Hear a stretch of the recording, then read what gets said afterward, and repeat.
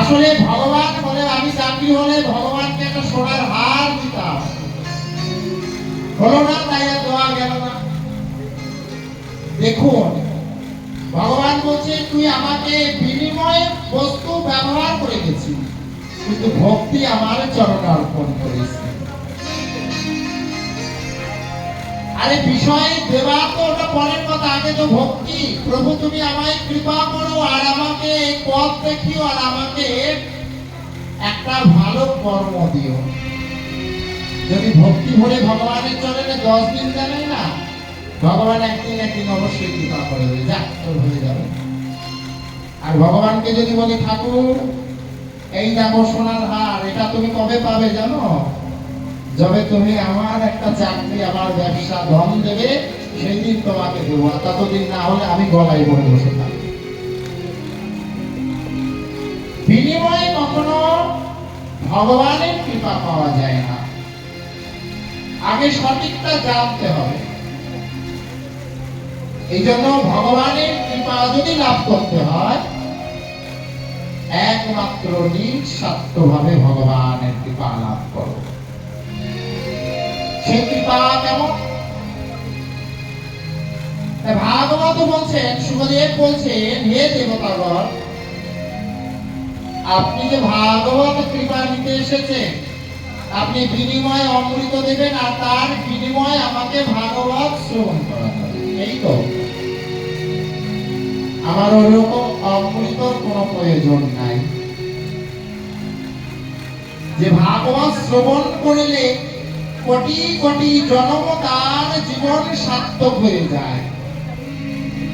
কোটি জন্ম যদি ভাগবত শ্রবণ করেও যদি কোটিবার জন্মগ্রহণ করে, তবু সেই ভাগবতের কৃপা নষ্ট হয় না, কিন্তু অমৃতর কৃপা নষ্ট হয়ে যায়।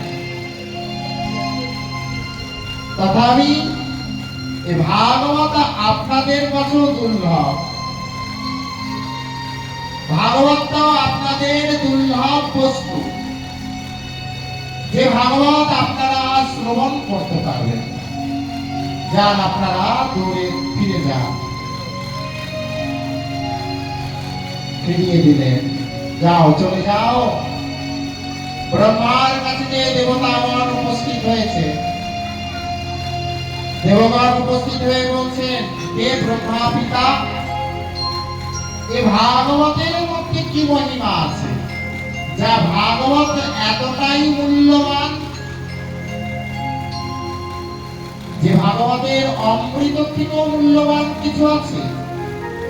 ব্রহ্মা বলছেন, ভাগবতের মধ্যে অমূল্য মূল্যবান আছে কিনা সেটা আমারও জানা নাই। ব্রহ্মা বলছেন, আমারও জানা নাই ভাগবতের মধ্যে অমৃত থেকেও বেশি মূল্যবান আছে কিনা। তাহলে কি করে বোঝা যাবে? এক কাজ করো, সুখদেব তো ভাগবত শ্রবণ করাচ্ছেন পরীক্ষিতকে। 7 দিনে মানুষের মুক্তি, কোটি কোটি জন্ম ধরে তপস্যা করলেও তার মুক্তি লাভ হয় না, আর 7 দিন ভাগবত শ্রবণ করেই তার মুক্তি লাভ হবে, এমন কৃপা রয়েছে। তাহলে 7টা দিন একটু দেখা যাক, আমরা অপেক্ষা করে দেখি 7 দিনের মধ্যে কি লাভ হয়, শ্রবণ করি। বেশ, সুখদেব পাদ 7 দিনে ভাগবত শ্রবণ করাই,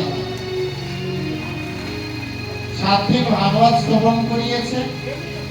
আর ভাগবত শ্রবণ করাতেই যে 7 দিন ভাগবত শ্রবণ হয়ে গেল, সঙ্গে সঙ্গে ভগবান তাকে সাক্ষাৎ বিমান নিয়ে এসে গেল। আর বিমান নিয়ে এসে পরীক্ষিত মহারাজ উদ্ধার করে নিয়ে গেল। বলো,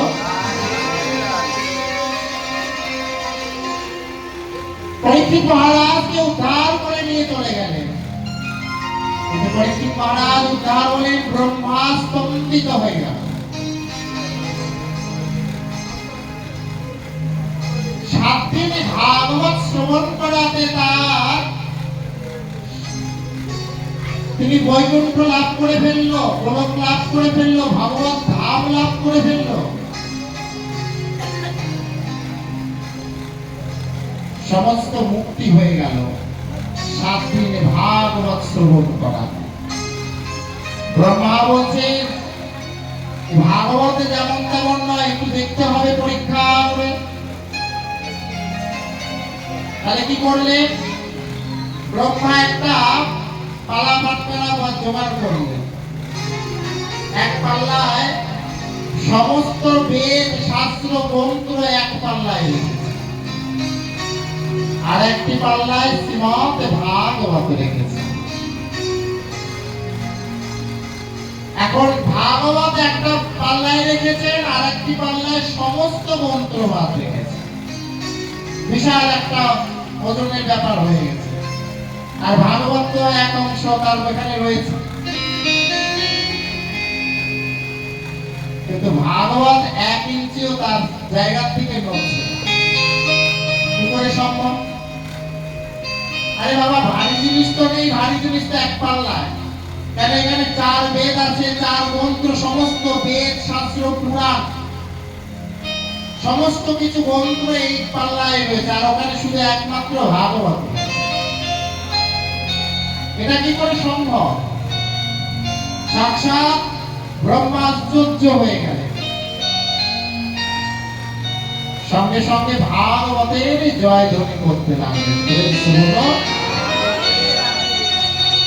ব্রহ্মা বলছে